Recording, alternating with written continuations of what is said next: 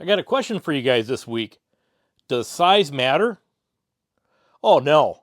Let me state that a different way.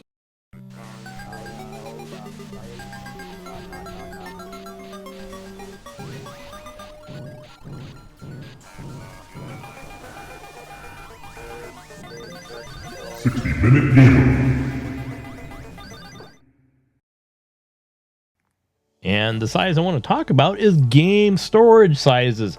And I went out recently and I bought First Light, and I really didn't want to buy it because I knew that the only thing on this game disc was actually the first freaking level of the game. And the only reason that I knew that is that I usually go to doesitplay.org to check this stuff out. And I kind of thought a little bit about it, and I wanted to do some research on game sizes. And if we flip the back of the game case, we can actually see that at minimum it's going to be 80 gigabytes of storage that we need to install this game. Crap, and you can see that again that I open up the disc and it is not freaking on the spindle again. And maybe this is why Sony is going to stop making physical games. They just couldn't master getting their game in the case right. This has been happening since the freaking PS4 days. And you can really hear that disk drive just buzzing, because it was loading off of the beginning of the first level. But when that was done and it started downloading it online, it got really quiet and really slow. And I'm going to say, just to be fair, it was 50 minutes that it took to download this game before I actually got into gameplay. But to be fair, like I said, my wife was watching something upstairs in 4K and streaming it, so I probably bogged down a little bit. And this video is not about EULAs, but I just want to touch, as this flies by, who in the heck in the right mind actually reads these things? I read them thoroughly, and I click on agree and sign my deal with the devil. In no way did this case on the front say, anything that's in this EULA. And I had to spend my $70, and I have to come to that point in time whether I'm going to check that box and play the game, or whether I'm going to take it back to the store, which I can't because I've already opened it. And this deceitful practice has been going on with everybody, not just Sony. It's been all three of them have been doing this, whether it's the smart downloadable technology of Microsoft or it's the game key cards, and the EULAs are all really freaking nasty. And when we visit our big box retailers, we're usually greeted by these big glass cases where we cannot see the front, box entirely, or we can't see the back of it entirely. And without our smartphones or a way of looking up to see if it's a digital download code, or if it's partially on the disc, or you have to have an internet capability or an online service to download this, we don't see that. And there's a reason that we should have digital downloads, and there's small developers that cannot produce these game key cards or the game cartridges or a disc, just media in general. They can't produce those. And those are a way, for us to get some great games that would have never got developed. But for these big companies that can, just crank out these games, it's just a way that they can take ownership away from us and not give us that option that we can own our own games. In fact, we've been a frog in the kettle for years when it comes to moving in this direction. We all knew it was going to come, and we've all been giving Sony two black eyes for it, but they're not the only one. It has been happening through all these companies. And has the game program grown so large that we can't fit them on the media, whether it be a disc, a ultra, Blu-ray HD disc, or whether it be a memory card of the Nintendo Switch or Switch 2.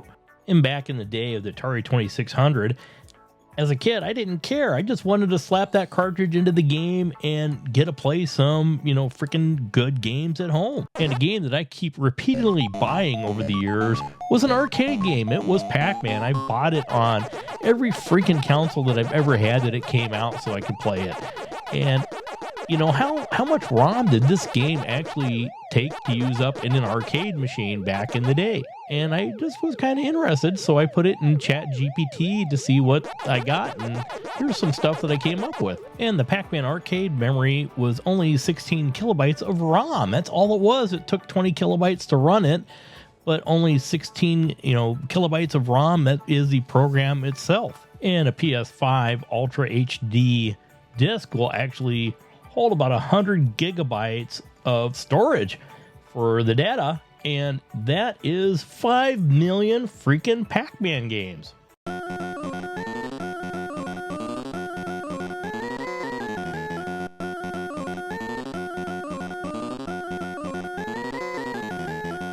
And I wanted to play around with ChatGPT some more and look at video game storage through the years. And I didn't do a comprehensive one to everyone, but I kind of wanted to skip some generations.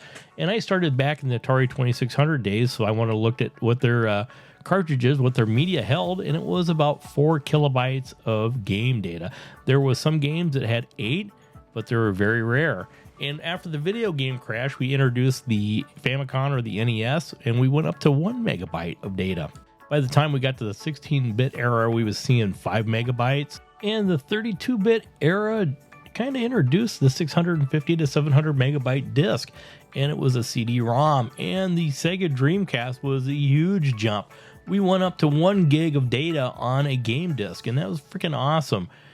The PlayStation 2 was anywhere from 700 megabytes to 8.5 gigabytes of dual layered discs.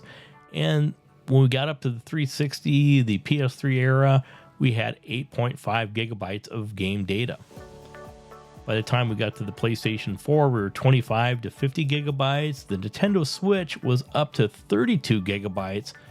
And the PlayStation 5, we had a huge jump. We were up to 50, 66, and 100 gigabytes of game data. As the games got more complex, we needed more data to store our games on. And in the PlayStation era, we actually were introduced to games that you had multiple CDs, and that was a benefit for developers like Square Enix or Squaresoft to actually do Final Fantasy games on the PS1 instead of doing them on Nintendo. And putting multiple discs costs more money, but this is something we don't see nowadays. We'd rather only put a portion of the game on the game disc and have it download the rest of it online. Thus, of the 007 First Light, the game's only 80 gigabytes and the disc holds 100. How come we're not putting the whole game on the disc? Here's an insane thought. The Atari 2600, we can actually fit 25 million Atari games on one disc. We've come a long ways in over 50 years of making games. So how come in this generation we're not doing multiple discs in one package? And we're getting away from even putting the whole game in it. And I just can't think of anything else but greed. You know, right now we can fit a PlayStation 1 game. We can fit 142 games on just one disc of the PS5. That's just insane.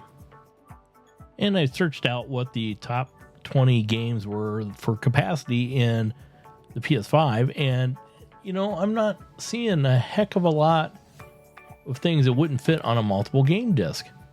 There's a couple of real big ones in there that you're going to do, and I'm pretty sure that Grand Theft Auto 6 will be one of those, but a lot of these you could fit on multiple discs and still get them out there to the consumer. And the only reason I think that they wouldn't do this is just pure greed. I mean, they don't want you to own the games. They don't want you having the total amount of games. They want you reliable on their system and their services. And we haven't seen a Super Mario game for the Switch 2 yet.